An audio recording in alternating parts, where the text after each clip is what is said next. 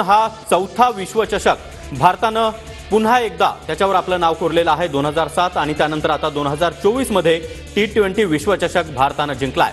तर काही वेळापूर्वीच पंतप्रधान नरेंद्र मोदी यांच्यासोबत टीम इंडियानं भेट घेतलेली आहे। मोदींनी देखील सर्व विश्वविजेत्या खेळाडूंसोबत संवाद साधलेला आहे। हा औपचारिक संवाद होता, मात्र पंतप्रधान मोदी आणि टीम इंडियामधील हा संवाद होती आणि असाच जल्लोष मुंबईत झाला होता। त्याचीच पुनरावृत्ती पुन्हा 2011 मध्ये झाली आणि आता पुन्हा एकदा एक डेमो शो दाखवला जात आहे। प्रचंड असा क्रिकेट शौकीनांचा जल्लोष इकडे वानखेडे सुरू झालेला आहे। आपण बघू शकता पूर्णपणे जल्लोष आहे आणि ह्या बसमध्येच संध्याकाळी आपल्या खेळाडूंची जंगी अशी मिरवणूक निघणार आहे। भारताने 4 वेळा वर्ल्ड कप जिंकला होता, पण मुंबई 3दा साक्षीदार आहे।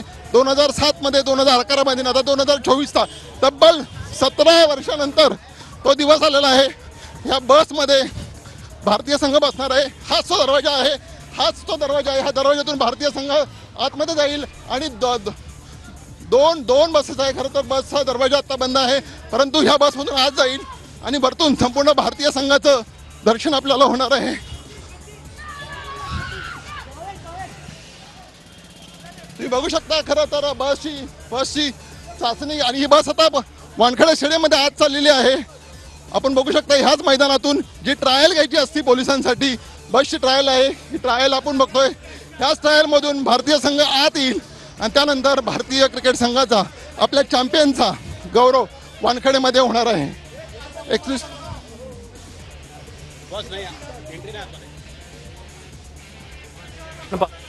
बसमधून विश्वविजेत्या संघाची मिरवणूक येणार आहे आपल्या सगळ्या खेळाडूंना घेऊन आणि ह्याच बसचा जो शेवटचा क्षण आहे, शेवटचा टप्पा आहे, ते म्हणजे वानखेडे स्टेडियम आणि त्याची चाचणी घेण्याचं काम सुरू आहे। हीच ती बस आहे ज्याच्यात आज आपले खेळाडू जेव्हा दिल्लीतून निघतील ते पहिले मुंबई एअरपोर्टवर येतील आणि तिथनं आपल्या खेळाडूंना भव्य असं स्वागत करण्याचा प्लॅन आज BCCIने केलेला आहे। त्याची एक छोटीशी झलक, त्याची चाचणी घेण्यासाठी आत्ता तर खरं एक चाचणीची बसची चाचणी घेतली जात आहे आणि तो क्षण जो अनुभवला भारताने बार्बाडोसला, तोच एकदा पुन्हा वानखेडेवर जिवंत करण्यासाठी, आपल्या विजेत्यांना आठवणीला उजाळा देण्यासाठी, आपल्या जगज्जेत्यांचं कौतुक करण्यासाठी हा सोहळा आज वानखेडेवर रंगणार आहे। पूर्णपणे ही बस सजलेली आहे। चारी बाजूनी ह्या बसला पूर्णपणे भारतीय संघाच्या आठवणी ज्या घडल्या। खरं तर भारतीय संघाने मॅच जिंकली ती शनिवारी जिंकली होती। तब्बल 4 दिवसांनी भारतीय संघ आला। 2 दिवस वादळात अडकला होता, वादळामुळे एअरपोर्ट बंद होता। अखेर भारतीय संघ आलेला आहे आणि ह्याच बसवरती लावण्यात आलेला आहे। आपण या बसमधून जे आहे ते भारतीय टीमचं विक्ट्री परेड जो आहे तो 4 वाजल्यापासून सुरू होणार आहे। आपण पाहतोय की या बसच्या पाठीमागे ICC men's 20 world cup championship जी वेस्ट इंडिजला झाली, तो विजेता जिंकण्यासाठी भारतीय संघ सज्ज झालेला आहे। आपण बघू शकता पुन्हा ही आता बस गेलेली आहे, पूर्णपणे वानखेडे स्टेडियममध्ये गेलेली आहे आणि एक चाचणीचा असं स्वरूप ह्या बसला आलेला आहे।